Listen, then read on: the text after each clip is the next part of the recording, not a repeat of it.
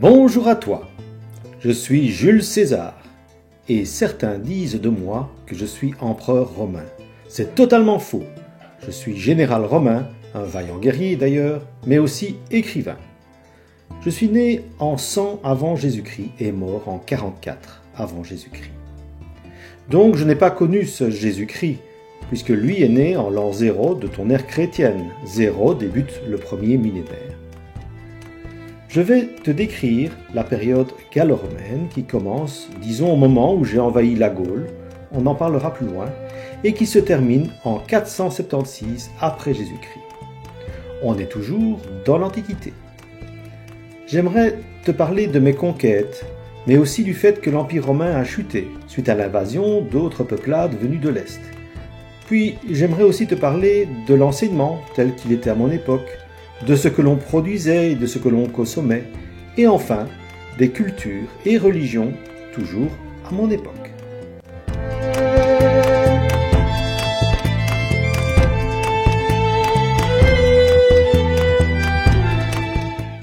Durant ma vie, j'ai connu une Rome puissante. Regarde en rose tout le territoire déjà conquis par les armées romaines. Mais moi, ambitieux, j'ai décidé de combattre et de soumettre les peuplades du Nord. Et je suis même allé, avec mes troupes, dans ton pays, la Wallonie. Regarde l'avancée de mes troupes. Entre 58 et 54 avant Jésus-Christ, j'ai côtoyé de nombreuses tribus belges comme les Trévires, les Éburons et les Aduatuques. Ces Belges sont des durs à cuire. D'ailleurs, le chef des Éburons, Ambiorix, a réussi à mettre en difficulté mes troupes et à résister. J'ai d'ailleurs cité les Belges comme étant très courageux. Je l'ai dit, j'étais aussi écrivain. Eh bien, dans mon livre intitulé « La guerre des Gaules », écrit en latin, car c'était ma langue, j'ai écrit « Aurum omnium fortissimi sunt Belgae », ce qui veut dire, dans ton français, « De tous ceux-là », je parlais des Gaulois, « les plus courageux sont les Belges ». Le territoire romain était, grâce à moi, devenu bien plus grand. Rome était encore plus puissante. Et Rome est alors devenue un grand empire durant 4 à 5 siècles. Mais comme tout a une fin, l'empire a chuté, fin du 5e siècle, notamment à cause de peuplades venues de l'Est, qui ont envahi la Gaule, comme par exemple les Huns, avec leur célèbre chef et guerrier Attila. Bon, oublions tout cela, revenons à mon époque.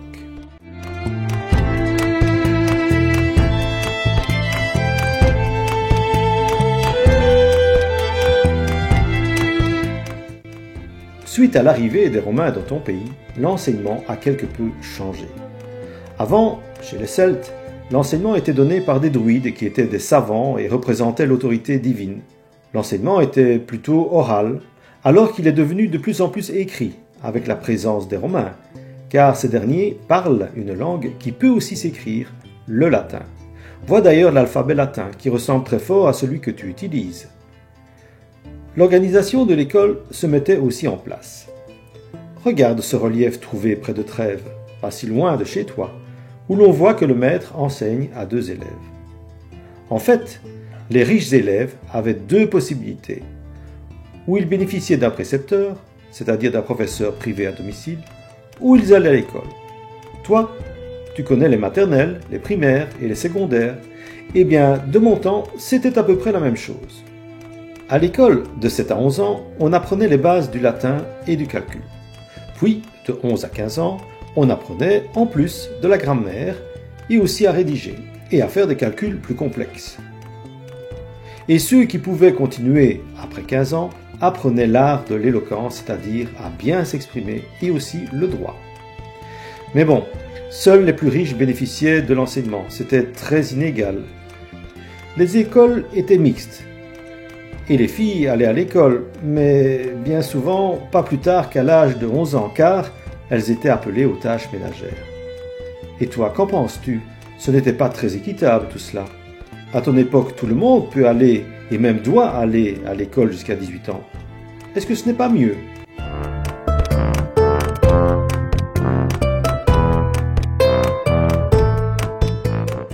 Pour consommer, les Romains devaient produire. Les activités artisanales étaient importantes. voici cette stèle funéraire d'un sabotier qui prouvait bien que le travail du bois faisait bien partie des métiers romains. Et voici un autre métier, celui de coutelier, c'est celui qui fabrique des couteaux. Ainsi, les Romains savaient travailler le verre, le métal, comme le plomb, et aussi l'os. Donc, le commerce s'est aussi bien développé avec la construction des voies romaines, telles que celle-ci.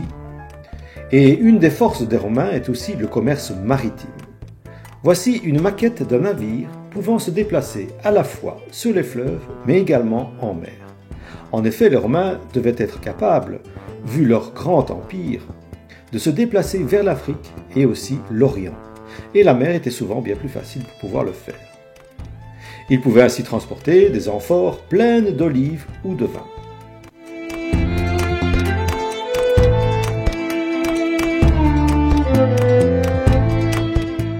Donc, l'agriculture avait aussi toute son importance. Le travail dans les champs était important.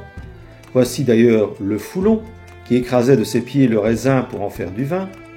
C'est ainsi que se développèrent les grandes exploitations agricoles que l'on appelait les villa romana rustica, dont voici une représentation.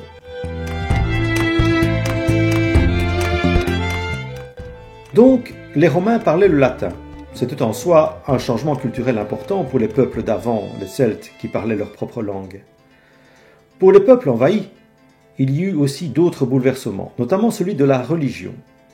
Alors que les Celtes avaient leur propre dieu, comme par exemple cette statuette représentant le dieu guerrier gaulois, les Romains, eux, avaient aussi leur propre dieu, avec le plus célèbre d'entre eux, Jupiter. Et puis, depuis la naissance du Christ, en l'an 0, le christianisme s'est très vite répandu. Donc, la romanisation a provoqué un profond changement dans notre pays au niveau de la culture, de la langue et de la religion. Et on peut dire que c'est à partir d'une invasion guerrière, celle des Romains, que ces changements ont eu lieu, mais aussi d'autres changements, on vient de le voir, au niveau de l'enseignement et au niveau économique avec le développement de l'artisanat et de l'agriculture. Voici pour terminer la frise chronologique, où tu peux facilement me situer parmi les grandes périodes de l'histoire. Et donc, puisque nous avons pu faire connaissance, maintenant, je te salue et retrouve-moi, à travers ma voix, à une autre époque de ton passé.